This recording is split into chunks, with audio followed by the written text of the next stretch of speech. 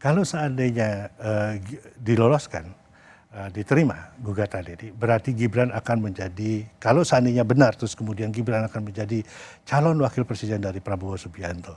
Dengan kemungkinan untuk menang pemilu itu sangat besar. Konsekuensi di masa depannya yang saya lihat untuk negara ini. Apa konsekuensinya? Bukankah ini dianggap sebagai bagian dari pasangan paling sempurna meneruskan kebijakan Presiden Jokowi? Menurut saya tidak. Prabowo berumur 72 tahun, harus kita akui. Punya keterbatasan kesehatan. Beliau sudah menderita stroke.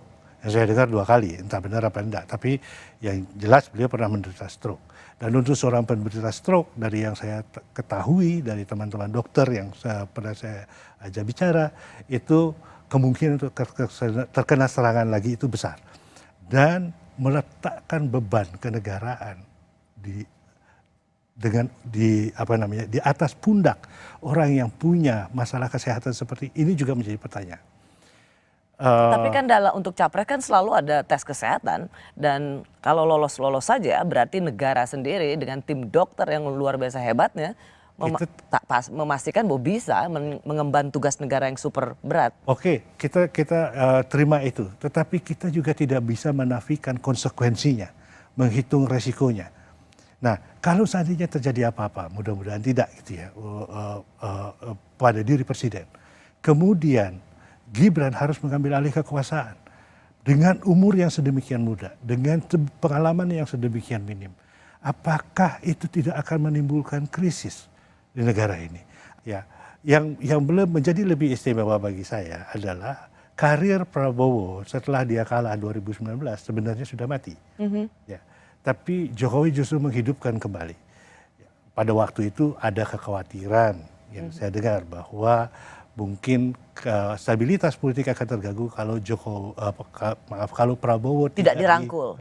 Ya, jadi Jokowi Prabowo dari bertanding menjadi bersanding. Meskipun langkah Presiden Jokowi mengambil Pak Prabowo sebagai Menteri Pertahanan itu tidak lazim, tetapi itu kemudian banyak dipuji. Kenapa? Terutama kemudian kita masuk di masa pandemi. Bayangkan kalau masih ada oposisi besar di luar pemerintahan, maka kerja-kerja pemerintahan ini akan terganggu. Saya justru melihat itu sesuatu yang baik. Ya, kalau ada oposisi besar, kalau ada pandangan alternatif, kalau bahkan pada waktu kebijakan COVID kita, itu tuh kalau ada orang yang punya perspektif lain, itu akan jauh lebih baik.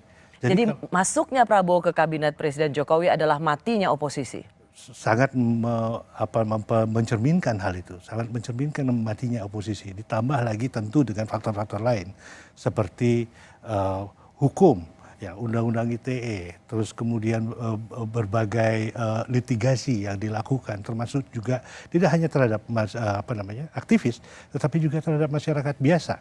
Ya, nah dampak dari semua ini tidak ada suara alternatif dan ditambah lagi di antara politik. Itu ada saling pengertian satu sama lain. Jadi saya melihat tidak pernah sebelumnya ada persatuan elit yang demikian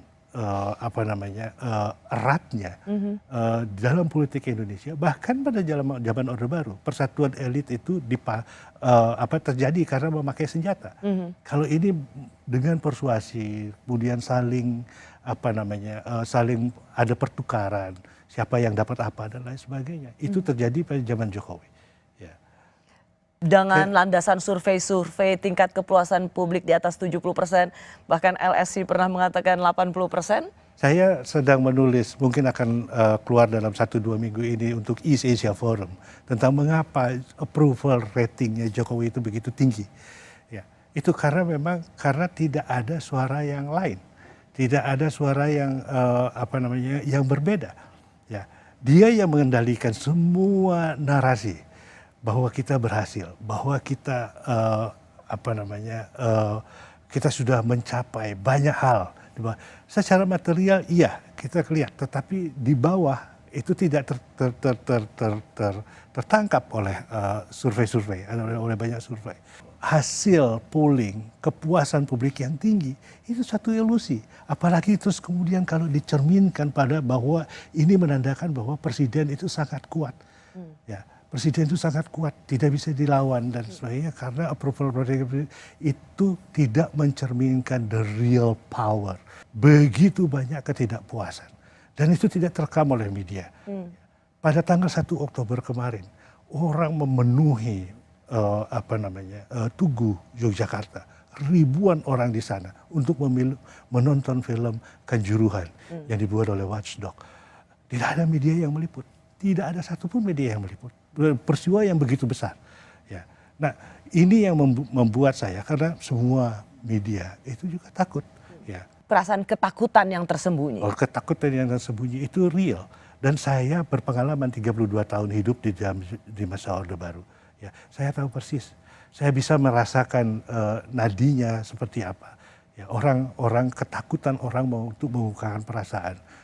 Blimade, dalam sepekan ini publik banyak membicarakan tentang putusan MK. Hari Senin tanggal 16 Oktober yang akan datang. Dan Pak Mahfud sendiri sudah memberikan semacam pertanyaan, kok lama sekali MK memberikan putusan yang harusnya mudah. Apakah memang lamanya putusan MK ini dan kemudian berakibat pada lamanya partai-partai politik menentukan calon wakil presiden, ini adalah sebuah waktu yang sebenarnya sedang dikondisikan? Ada kecurigaan seperti begitu, bahwa ini dikondisikan menjelang pendaftaran. Tetapi menurut saya keputusan ini ya memang ada suspense di sini ya, suspense karena menyangkut apakah Gibran akan anak dari Presiden Jokowi itu akan berhak untuk menjadi calon wakil presiden. Nah, di sini persoalan yang utamanya. Dan saya kira kita tidak usah terlalu peduli dengan itu. Yang saya melihat sebagai seorang pengamat politik, sebagai orang yang belajar di politik, ya saya melihat apa konsekuensinya gitu ya. Karena kalau MK menolak, itu apa konsekuensinya? Kalau MK menerima, itu apa konsekuensinya?